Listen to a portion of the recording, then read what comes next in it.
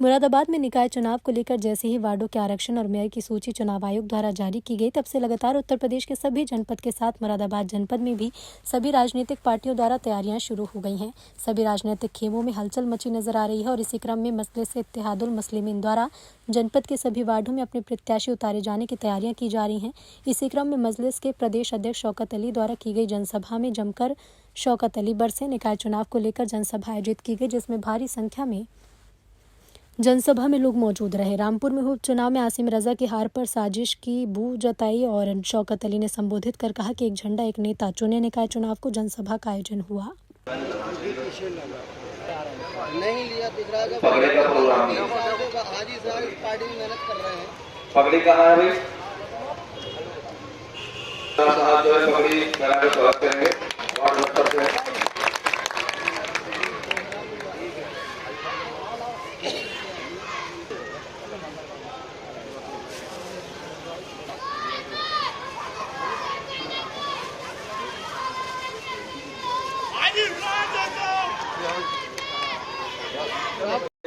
हमारे दरमियान तशरीफ ला चुके हैं प्रदेश मुख्य महासचिव हैं और पश्चिम उत्तर प्रदेश के अध्यक्ष जनाब 22 के लिए इलेक्शन कुदरती से लड़े थे और बहुत अच्छी मेहनत से आपने इलेक्शन लड़ा था।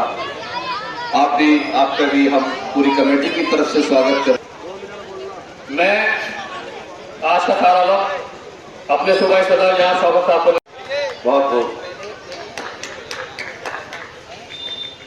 चलिए अब मैं महानगर अध्यक्ष साहब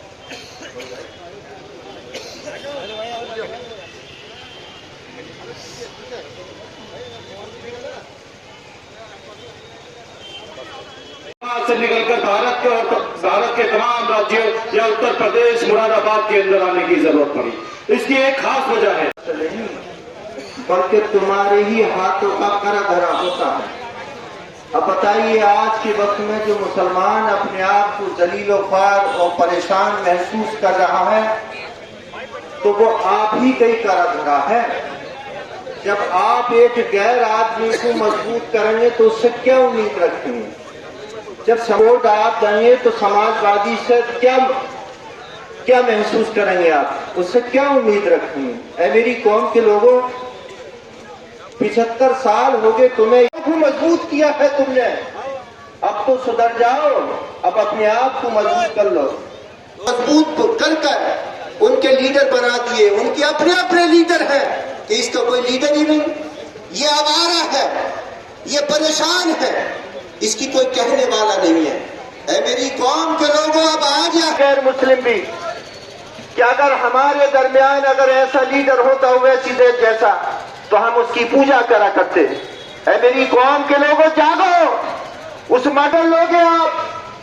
अरे उसने भारत के अंदर अंधेरा एक इंसानियत खत्म हो चुकी थी, तो उसी मर्द मुजाहिद ने तुम्हारी आवाज उठाई थी, जो CNRC का कानून।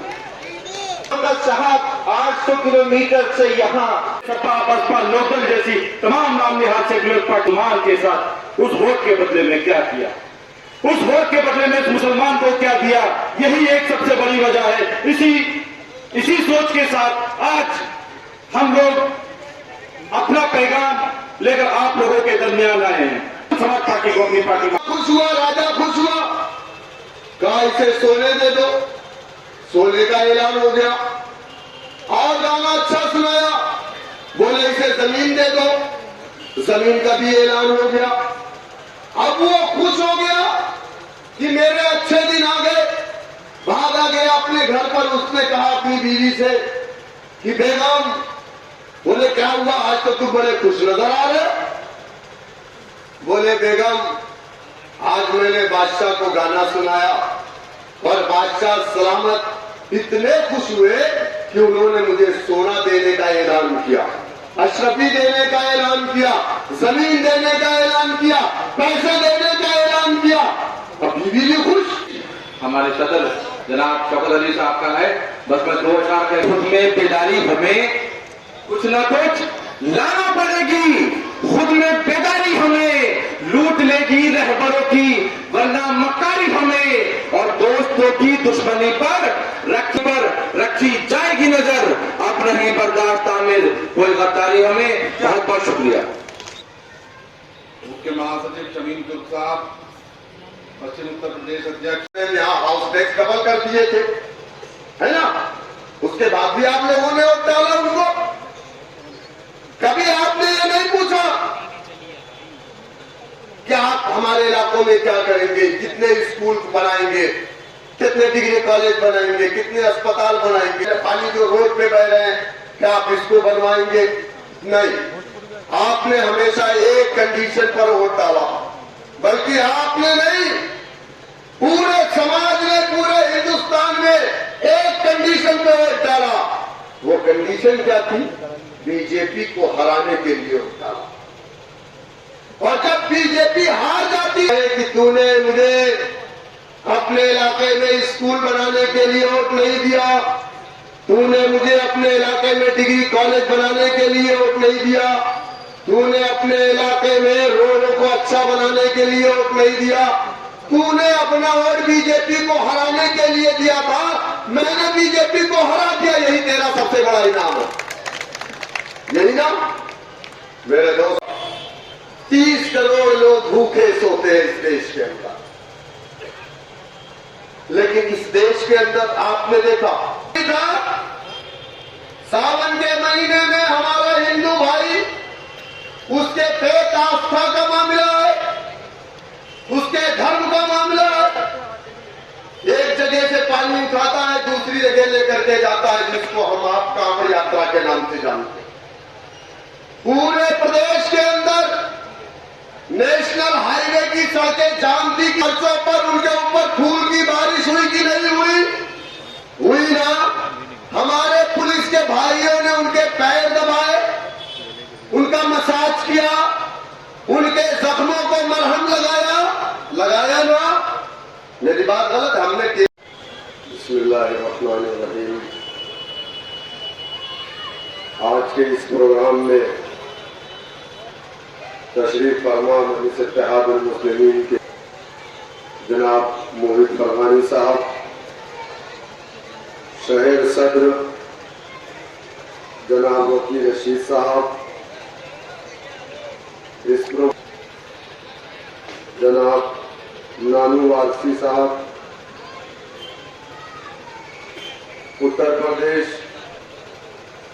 के जनरल सेक्रेटरी जनाब शमीम अहमद तुर्क साहब, प्रदेश के सदर जनाब रेलत फरमा गए।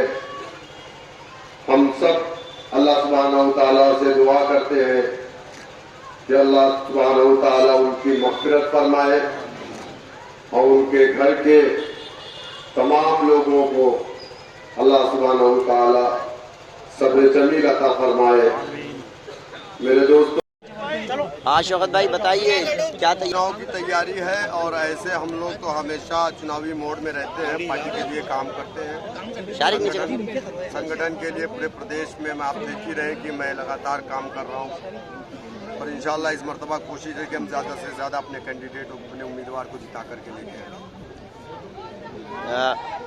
बार बार आप विवादित बयानों में घिर जाते हैं, कल भी आपने कांग्रेस नेता पे निशाना साध दिया, क्या वजह है? मैंने कोई निशाना नहीं साधा, बल्कि उन्होंने निशाना साधा था मुसलमानों की दाढ़ी पर। मौलाना बदरुद्दीन अजमल साहब को उन्होंने एक नेशनल चीफ टीवी पे बैठ करके कहा था कि उनकी जो दाढ़ी है वो बकरा दाढ़ी है, बकरा दाढ़ी वालों से कांग्रेस ने अलायंस कर लिया। तो मैं वही बात जो मैंने अपनी तकरीर में कहा कि हमारे देश का संविधान इस बात की इजाज़त देता है कि कोई मोछ रखता है, कोई नहीं रखता, लेकिन हमने कभी तो किसी को ये नहीं कहा कि तुम्हारी मोछ कुत्ते की पोछ, तो हमारी दाढ़ी को आप बकरा दाढ़ी क्यों बोलते हैं? हम तो किसी पर तंज नहीं कसते, तो हम पर क्यों लोग तंज करते हैं भाई? सही तो है। राकेश भाई, तो भाई एक सवाल ये है कि मैनपुरी को उपचुनाव में जो समाजवादी पार्टी ने जीत मिली है, तो भाजपा को उम्मीदवार रघुनाथ ठाकुर ने ये आरोप लगाए हैं कि समाजवादी पार्टी ने पैसा बांट के जीता। अब ये तो सवाल आप समाजवादी पार्टी से करिए, आप मुझसे क्यों कह रहे हैं? मेरी तो एमआईएम पार्टी है, आप एमआईएम पार्टी के विधानसभा उपचुनाव के जो नतीजे हैं, 3 सीटों पर जो चुनाव हुए हैं यूपी में, एमआईएम ने हिस्सा नहीं लिया, क्या मानते हैं किस तरह के नतीजे हैं?